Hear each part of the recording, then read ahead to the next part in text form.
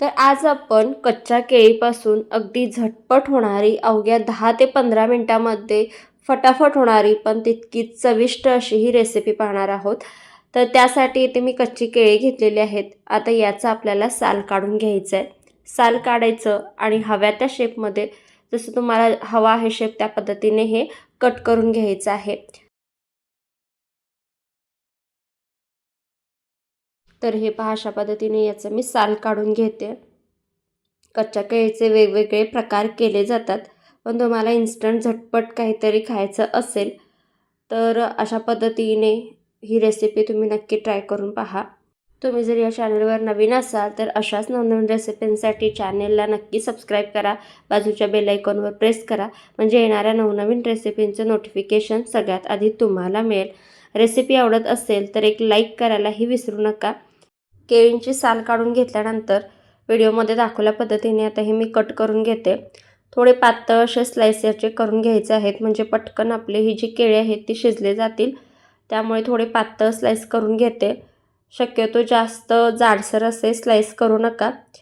तर आता बाकीच्या ज्या केळी आहेत त्यासुद्धा मी अशाच पद्धतीने कट करून घेते.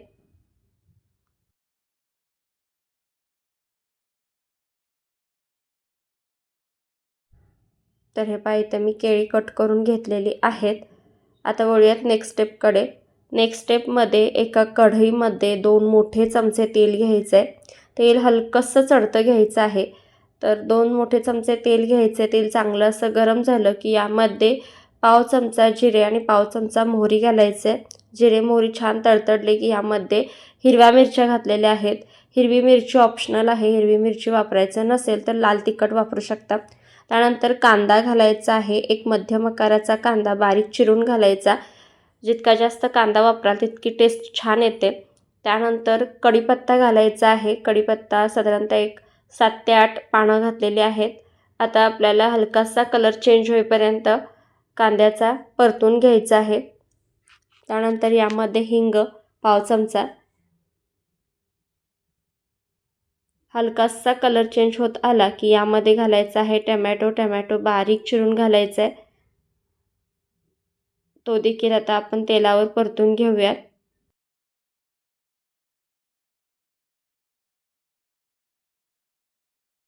तर हे पहा बऱ्यापैकी आपला जो टोमॅटो आहे तो मऊ पडलेला आहे. त्यानंतर आता यामध्ये मसाले ॲड करायचे आहेत. बेसिक मसाले जसं की हळद आहे. त्यानंतर इथे वापरलेला आहे किचन किंग मसाला. तर तो एक अर्धा चमचा यामध्ये घातलेला आहे. त्यानंतर आमचूर पावडर घालायची आहे आणि आलं लसूण पेस्ट राहून गेलं होतं, तर 1 चमचाभर आलं लसूण पेस्ट यामध्ये मी वापरलेली आहे. चांगलं असं मिक्स करून घ्यायचं. तर पुन्हा एकदा इथे जर तुम्हाला हिरव्या मिरच्या वापरायच्या नसेल तर लाल तिखट वापरू शकता. तर लाल तिखट तुम्ही यामध्ये ॲड करायचं आहे. आता आपल्याला एक 2 ते 3 सेकंद हे परतून घ्यायचं आहे. चांगलं असं परतून घेतल्यानंतर लगेचच यामध्ये चवीपुरतं मीठ घालायचं आणि हे जे आपण कट केलेली केळी आहेत ती यामध्ये घालायची आहेत. आणखीन काही मसाले ॲड करायचे असतील जसे की धना पावडर ते तुम्ही घालू शकता. पुन्हा एकदा थोडून केळ्यापुरतं मीठ यावरती मी पसरून घेते. आता हे चांगलं असं आपल्याला मिक्स करून घ्यायचं आहे. तर याला तुम्ही केळ्याची भाजी म्हणू शकता किंवा नुसतंच तुम्हाला जर काहीतरी बनवून खायचं असेल तर ही नुसतीसुद्धा अप्रतिम लागते. तर हे पहा छान असं आता हे मी मिक्स करून घेतलेलं आहे. आता झाकण ठेवायचं आहे. गरज जर वाटत असेल तर यावर थोडे तुम्ही 2 ते 3 चमचे पाणी घालायचं आणि झाकण ठेवून आपल्याला हे वाफवून घ्यायचं आहे. वरून बारीक चिरलेली कोथिंबीर घालायची आहे. तुम्हाला जर आवडत असेल किंवा उपलब्ध असेल तर ओलं खोबरं किसून घालू शकता. तर आता यावर झाकण ठेवायचं आणि 3 ते 4 मिनटं वाफवून घेऊयात. 3 ते 4 मिनटानंतर आपली भाजी छान अशी शिजलेली आहे. याला तुम्ही कच्च्या केळीची भाजी म्हणू शकता किंवा आणखीन काही नाव देऊ शकता. पोळीसोबत खाऊ शकता किंवा भातासोबतसुद्धा खाऊ शकता आणि नुसतीच खायची असेल तर नुसतीसुद्धा अप्रतिम लागते. पुन्हा एकदा बारीक चिरलेली कोथिंबीर घातलेली आहे.